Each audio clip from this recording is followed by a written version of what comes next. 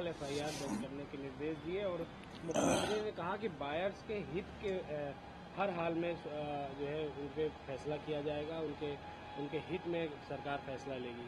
कैसे देखते हैं? देखिए, जो गलत करेगा, चाहे बिल्डर हो चाहे कोई हो, उसके खिलाफ सरकार कठोर से कठोर कार्रवाई करेगी। उन्होंने गलत किया है तो उनके खिलाफ जो मुख्यमंत्री जी कार्रवाई कर रहे हैं वो सही कर रहे हैं।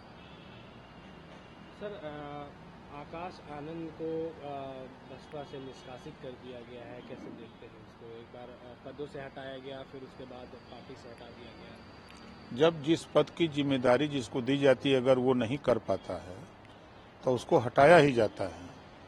और रही बात, देखिए, बाबा साहब डॉक्टर अम्बेडकर जी के विचारधारा को, गौतम बुद्ध जी के विचारधारा को, महात्मा ज्योतिबा फूले की विचारधारा को और छत्रपति साहू जी महाराज की विचारधारा को लेकर कांसीराम जी ने पार्टी बनाई और पार्टी को सत्ता तक पहुंचाया और बाबा साहब डॉक्टर अम्बेडकर के संविधान के बदौलत वंचित शोषित पीड़ितों को अधिकार बड़े पैमाने पर दिलाने का काम भी हुआ।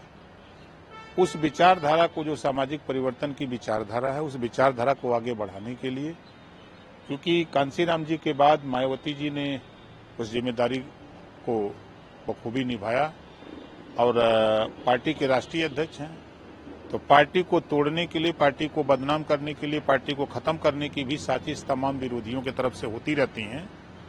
तो कई बार ऐसी घटनाएं भी बसपा को तोड़ने की हुई, लेकिन उसको बखूबी मायावती जी ने हैंडल किया और उससे पार्टी को बचाया और पार्टी की छवि को भी बचाने का काम किया। तो उसी कड़ी में कोई भी व्यक्ति को अगर जिम्मेदारी दी जा रही, वो जिम्मेदारी का निर्वहन नहीं करेगा तो स्वाभाविक है कि उसको उस पद से हटा दिया जाएगा।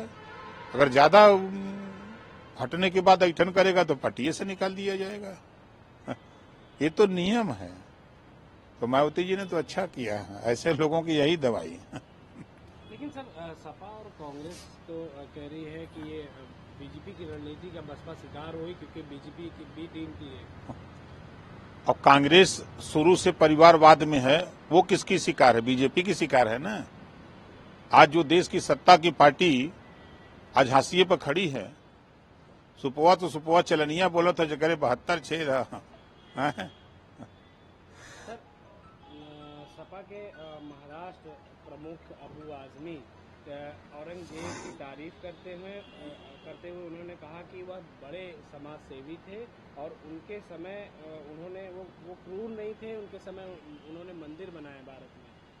भारत उस समय एक सोने की चिड़िया का देश माना जाता था, औरंगजेब, वो कह रहे हैं। तो उनके राज में जिंदा थे कहाँ? ये बिना वजह कोई काम नहीं है। मुसलमानों को बेहतर शिक्षा कैसे मिले, रोजगार कैसे मिले, नौकरी कैसे मिले, अमन चैन कैसे हो, इस पे चिंता नहीं है उनको। खाली चिंता है कि औरंगजेब के जमाने में क्या होता था, आपके जमाने में क्या हुआ। आपकी भी सरकार तो समाजवादी पार्टी की 4 बार थी। 4 बार में आपने क्या किया? आजादी के बाद नौकरियों में मुसलमान 38% था और आपने इतना विकास किया। अबू आजमी जी ने, उनकी पार्टी ने इतना विकास किया कि आज 1% भी नहीं रह गया है। ये नहीं दिखाई दे रहा है? इसके जिम्मेदार कौन है? हम लोग जिम्मेदार हैं। वो मुसलमानों के लीडर बनते हैं अपने को। क्या अपने लीडर से कहे कि हमारा हिस्सा क्यों लूटा जा रहा है, हमको हिस्सा क्यों नहीं दे रहे हो? अभी बोलने की हिम्मत है उनको? ये दिन बोलेंगे तो पटिये से निकाल देंगे साहब। सर, एक आखिरी सर, बसपा सुप्रीमो मायावती कहती हैं कि भारत सभी धर्मों को सम्मान देने वाला धर्मनिरपेक्ष देश है। ऐसे में केंद्र और राज्य सरकार को बिना पक्षपात सभी धर्मों के मानने वाले के एक साथ जैसा बर्ताव करना चाहिए, किंतु अब मुसलमानों के साथ धार्मिक मामलों में सौतेला रवैया सरकार अपना रही है। कहाँ सरकार अपना रही है? अभी तो रमजान शुरू हुआ है, प्रधानमंत्री जी ने रमजान की बधाई दी है पूरे देशवासियों को। अभी मुख्यमंत्री जी का ट्वीट पढ़िए, प्रधानमंत्री का ट्वीट पढ़िए। ये झूठ है, बोलते हैं। आप बताइए कि जो भारत केंद्र सरकार और प्रदेश सरकार की जो योजनाएं हैं, किसी धर्म किसी जाति को बताइए कि वो कहा गया कि आपको नहीं दिया जाएगा, उसमें लिखा हो उस आदेश में। ये तो खाली वोट लेने के लिए लोग बोलते हैं। आयुष्मान कार्ड बन रहा है, उसमें कहीं लिखा है कि मुसलमान का, सिख, ईसाई, जैन, फारसी का न बनाओ। राशन कार्ड, राशन बंट रहा, कहीं लिखा है कि इस जाति धर्म को मत दो। जो भी योजनाएं, सड़क बन रही है तो ये हो रहा है कि सड़क पर खबरदार खाली एक धर्म के लोग चलेंगे, ऐसा कहीं पाबंदी है? किसी होटल में बताओ कहीं पाबंदी है कि इसमें एक ही जाति धर्म के लोग रहेंगे और दूसरा नहीं रहेगा? किसी चाय की दुकान पे बताओ पाबंदी है? अब तो सिस्टम बदल गया। अब कि स्पेशल होटल में वेज चाहिए कि नॉन वेज, वहां जाति धर्म नहीं पूछा जाता है, वहां वेज और नॉन वेज पूछा जाता है।